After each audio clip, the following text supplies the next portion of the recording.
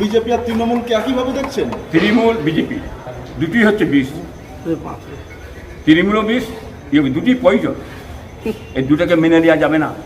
এই আসার পর থেকে তৃণমূল এবং বিজেপি পশ্চিম ভারতবর্ষে আসার পর থেকে গোটা দেশটার মধ্যে অশান্তি, শান্তি নেই।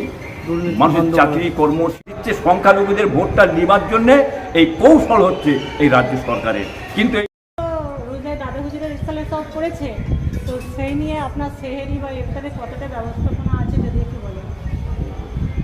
21, 22, 23 ইসাল সব ফুরফুরা দরবার শরীফে দেখুন, 21, 22, 23 ইসালের সমাবে ফুরফুরা দরবার শরীফে প্রত্যেক বছরে যেভাবে ফুরফুরা পীর সাহেবরা দাদা হুজুর রহমতুল্লাহ যে ইসাল সাহেব কায়েম করে রেখে দ্বিতীয় তৃতীয় স্থান ফুরফুরা শরীফ।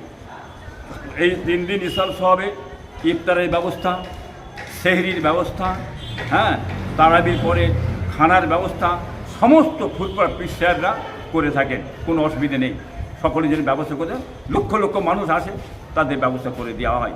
অতএব জাতি ধর্ম বর্ণ নির্বিশেষে সবাই আসে থাকে এখানে, আত্মশুদ্ধির জন্য মানুষ এসে থাকে।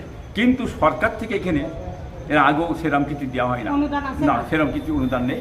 এর আগে যেমন গঙ্গাসাগর মা মেলাতে দিয়েছে, হ্যাঁ, 240 কোটি টাকা দিয়েছে, 240 কোটি টাকা গঙ্গাসাগর মেলা দিয়েছে, 5 থেকে 6 লাখ, কিংবা 5 থেকে 6 লাখ। আর ফুরফুরা শরীফে লোক হয় 30 থেকে 35 লক্ষ লোকের সমাগম হয়।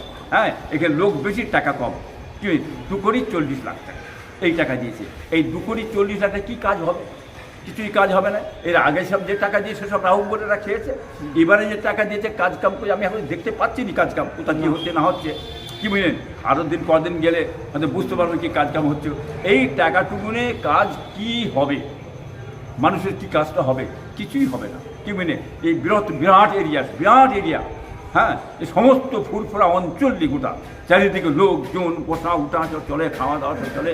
অর্থাৎ সেরকম কিছু দান নেই, কেবলমাত্র একটুখানি না দিলে নয়, দিচ্ছে সংখ্যালঘুদের ভোটটা নেবার জন্যে এই কৌশল হচ্ছে এই রাজ্য সরকারের। কিন্তু এই রাজ্য সরকারের কৌশলটা বাংলার মানুষ বুঝে ফেলেছে। অতএব বিশ্বাস করতে যাবেন না, এটা খবর দ্বারায় মানা করছি। আপনারা ফুরফুরা শরীফে আসবেন। অতএব আমরা ফুরফুরা পীর সাহেব, হ্যাঁ, আমাদের ব্যবস্থা সব কিছু আছে।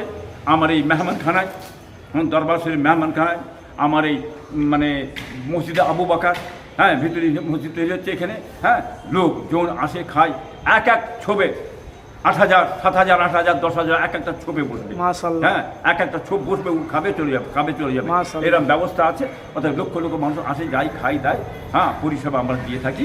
সব ভাইরাও দিয়ে থাকে, আমিও দিয়ে থাকি, কম বেশি মালিকের দ্বারাই দিয়ে থাকি। আপনারা সকলে আসবেন, হ্যাঁ, রাস্তাঘাটে কোনো অপ্রীতির ঘটনা না ঘটে, হ্যাঁ, ইসলাম সব আসবেন, সুষ্ঠুভাবে আসবেন, দরবারে আসবেন, আদবের সঙ্গে চলবেন, হ্যাঁ, আপনারা রোজার মাস ঘুরবেন, আত্মশুদ্ধির জন্য আসবেন। দরবারে আসে মানুষ, এসে আপনারা ঘুরে ঘাড়ে দোয়া নিয়ে, দাদা পীরের দোয়া নিয়ে, পীর সাহেব দেখার পরে দোয়া নিয়ে আপনারা যাবেন। এ কথা আমি সকলকে জানাতে চাই।